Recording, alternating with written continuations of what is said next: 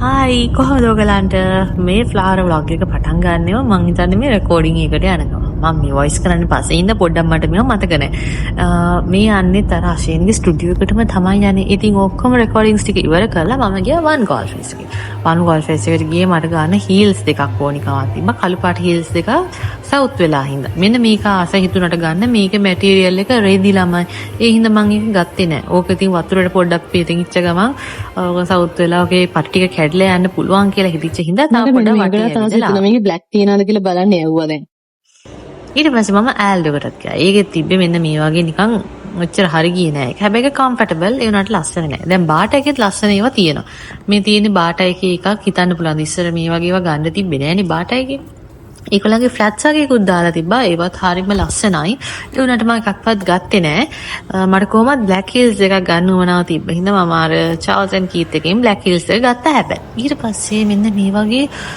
Pop up Store එකක් වගේ stall එකක් වගේ එකක් තිබ්බා එතන තිබ්බා ජුවලරීස් අර මේවත් බලලා මම ඉතින් ඊට පස්සේ ගියා බඩගින්නක් ඇවිල්ලා මේ මොකද අර ටී ලොන්ජ් එකක් වගේ තිබ්බ එකක් මට නම මතක නෑ හැබැයි මම කිරිතේ එකක් ගත්තා මොකද මට කිරිතේ එකක් බොන්න ලොකු ආසාවක් තිබ්බා මට කිරිතේ බිව්වහම නිකන් මාර ශක්තියක් එනවා ඒකට සමහරක් දවසට කිරිතේ ගැන හිතන එකනොත් නිකන් මට මාර ප්‍රබෝධයක් ඇති වෙනවා ඊට පස්සේ මම ගත්තා ලෝඩඩ් ෆ්‍රයිස් කියලා බිස්කට් නෑ හයිති එකසේද ඔය ටික ඉවර කරලා ගෙදර ගිහිල්ලා මේ වීඩියෝ එකක් හදන් තිබ්බනේ අවුරුදු කැවිලි වගේ ඒකත් මේ හැදුවා තල එකක් හැදුවා මම දැන් බුල්ජක් රාමන් තියෙනවා මං ඒ රාමෙන් එක කාලා නැහැ ඒ හින්දා මං හිතුවා එකක් ගන්නවා කියලා ඒක ඉවරලා තිබ්බේ රෝස පාට එක රතු පාට එක ඉවරලා තිබ්බේ නැහැ ඉස්සර මෙන්න මේ බ්‍රෑන්ඩ් එකේ ආවයිනේ මේ සින්ක් එකයි කිචන් টොප් ක්ලීන් එකක් දැන් ඉන්නේ නෑනේ මිස්ටර් මසල් එකේ එක මම මේ මිස්ටර් මසල් එකේ අර ෆ්ලෝ ක්ලීන් එක යූස් කරලා තිබ්බේ නැහැ කලින් ඒකත් අරන් බැලුවා මොකද මිස්ටර් මසල් බ්‍රෑන්ඩ් එකට මං හරි ආසයි කීල්ස් එකේ සලාඩ් එක රහත් දන්නෙත් නෑ ඉතින් තිබ්බ මොකද මේක tandoori chicken with aloo paratha and raita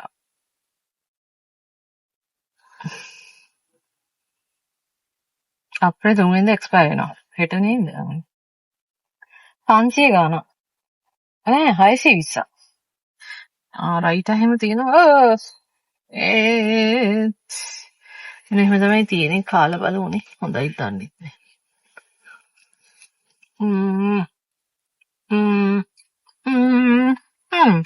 එදින aloo paratha වෙන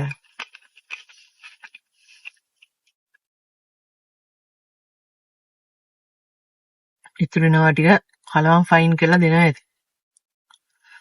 සිකන්නාට මෙහෙම දෙන එක ලාභයි. සිත් එක ටික. දැන් ඕගොල්ලෝ ඇඟේ බර අඩු කරගන්න හිතාගෙන ඉන්න කෙනෙක් නම් මේ විදිහට පටන් ගත්තොත් හොඳයි කියලා මට හිතෙනවා. මුලින්ම පොතක් ගන්න, පෑනක් ගන්න, ඩිජිටල් ස්කේල් එකක් ගන්න. මුලින්ම කරන්න ඕනේ කැලරි ඩෙෆිසිට් එකකදී මුලින්ම දැනගන්න ඕනේ ඔයා කොච්චර කැලරි ප්‍රමාණයක් මෙච්චරකල් කෑවද කියලා. ඒක කරන්නේ අනුදැන පොතක් කරන් දිනේ දාලා වේට් එක ලියලා දිනේ වේට් එකයි වගේ ඉනයි වගේ සාමාන්‍යවට අඩු වෙන්න ඕනි කියලා හිතන දැන් තියෙන බඩ ඉන අත් වටේ කල වටේ වගේ මෙෂක. ඔය පළවෙනි දවසේ බොරු ඩයට් කරන්න යන්න එපා. නිකන් අර වැඩර් වෙන්න යන්න එපා. ෆිට්නස් ප්‍රෝ මැක්ස් වෙන්න යන්න එපා. පළවෙනි දවසේ සාමාන්‍ය කෑම විදිහට කන්න මෙච්චර කල් කෑවේ. එහෙමනේ. ඒ කන්න කලින් ඔයා කන කෑම ටික මයින්ඩ් කියන්නේ බත් බෙදා ගන්නවා නම් ඔයා වෙනද කව බත් ප්‍රමාණයෙන් බෙදා ගන්න. බත් හැදි පහක් නම් බත් හැදි පහම බෙදා ගන්න ඉදා. ඊට පස්සේ මම බලන්න ඔයා බත් ග්‍රෑම් කීයක් කාලාද කියලා. ඔහම මුළු දවසෙම ඔයා කාපු කෑම බීම જાති ඔයා නෝට් ඩවුන් කරන්නේ පොතේ. ඊට පස්සේ සාමාන්‍යයෙන් බත් වල ඔය කන කෑම වල කැලරිස් අපිට බලා ගන්න පුළුවන් ඉන්ටර්නෙට් එකේ ටයිප් කරලා chat GPT තියෙනවා chat GPT එකේ ගහලා හරි වඩ කැලරිස් ටික බලා ගන්න පුළුවන්. එතකොට නෝ දවසට කොච්චර කැලරි ප්‍රමාණයක් කාලා. සමහරක් විට දවසට කැලරි 4000 5000 කාලා තියෙන පුළුවන්. completely normal. එහෙම තමයි මිනිස්සු බඩ ඉන්නන්නේ කන්නේ. ඉතින් ඊට පස්සේ දැන් ඔයා කාලා තියෙන කැලරිස් ප්‍රමාණය 4500ක් 5000ක් වගේ නම් මට හිතන විදිහට හෙල්දිම වේ තමයි 4500 නම් 500 අඩු කරන එක. ඔක කරන්න පුළුවන් බත් අඩු කරන එක. කාපු බත් ප්‍රමාණය අඩු කරලා එලෙවල් ප්‍රමාණය වැඩි කරගන්න. කාබ්ස් 0 කරන්න කියලා නෙමෙයි කියන්නේ ඔයා කැලරිස් 4500 5000 6000 කාලේ එකපාරට කාබ්ස් නැති වෙනවා කියන්නේ ඇඟට පිස්සු හැදෙනවා. ආට පිස්සු හැදෙන්න යනවා. හරි නිකන් ඒක රෙසිස්ට් කරන්න හරි අමාරු එනර්ජි එකක් නැති වෙනවා ෆේන්ට් වෙනවා. ඉතින් පොඩි චේන්ජස් මුලින් කරන්න. කියන්නේ පළවෙනි සතිය තුළ පොඩි චේන්ජස්. ඔයා කිරිතේ බීපු කෙනෙක් නා කිරි බීපු කෙනෙක් නා ඒක අඩු කරන්න. ගොඩක් බත් කෑවනම් ඔයා බත් හිතනෝ ග්‍රෑම් 250ක් විතර එක වේලකට කාලා තියෙනවා නම් ඒක අඩුම තරමේ එක වේලකට ග්‍රෑම් 100ක් වෙන්නවත් අඩු කරගන්න බලන්න. එහෙනම් පොඩි චේන්ජස් කරාම බර අඩු කරගන්න එක ලේසියි. අද අපි ලිප සුද්ධ කරගමු. ඉස්සරහට මම අර හැමතිස්සම කියන්නේ මිස්ටර් මසල් එකේ හොඳ එකක් තිබ්බානේ. ඒක නෑනේ අප්පා. ඒකෙන් මේ හොඳට ක්ලීන් වෙනවා මේවා. මෙන්න මේ කැරි ටික කියාසෙන් දාලා හොදන්න ඕන. ක්‍රීම් ක්ලෙන්ස් එක දාමුනේ. මම දාන්න දෙන්නේ එක.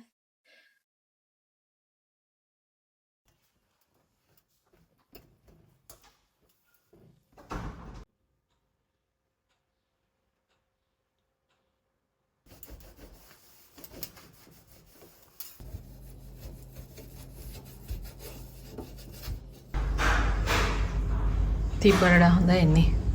මට දැන් ඔයගලන්ට මට ඉවෙන්ට්ස් තියෙනවායි කියලා කියලාම නිකන් කියන්න මොකක්ද වගේ.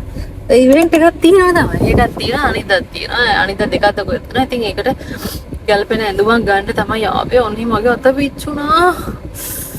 හරි අමාරුවෙන් ඩ්‍රයිව් කරෙත් මේකක් නම් නිල් වෙලාම ගිහිල්ලා කන පල්වියයි වගේ. මම ගිහිල්ලා ඇඳුමක් බලමු. මේක ඇතුළේ රෙකෝඩ් කරන්න බෑ වන්ක.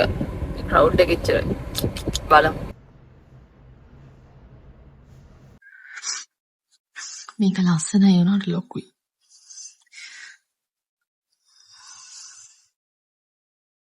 මම යන මගේ අයිබ්‍රෝස් හදාගන්න මේ වැවිලා හොඳටම වෙලා තියෙන අයිබ්‍රෝස් හදනට වඩා කනවනේ. ඒ හින්දා මම ගොඩක් වෙලාවට සැලොන්ස් වලට යන්න කැමති නෑ. එනකොට මට දැන් මේ පාර හදන්න ඕනේ. මේ බර්ත්ඩේ එකක් එනවනේ. නේ ඒක හින්දා නෙවෙයි. ටිකක් අර හැදුවේ නැත්තම් අමාරු වෙනවා වැඩි. ඒ හින්දා මම හදනවා කියලා හිතුවා. දැන් හදාගන්න යනවා. ඉස්සර සැලොන්ස් වලට ගිහිල්ලා එකපාර අයිබ්‍රෝස් හදන්න දැන් එන්නේ බෑ පොයි මන් දාන්න ඕනේ. මම ඇඳුම් දෙකක් ගත්තා.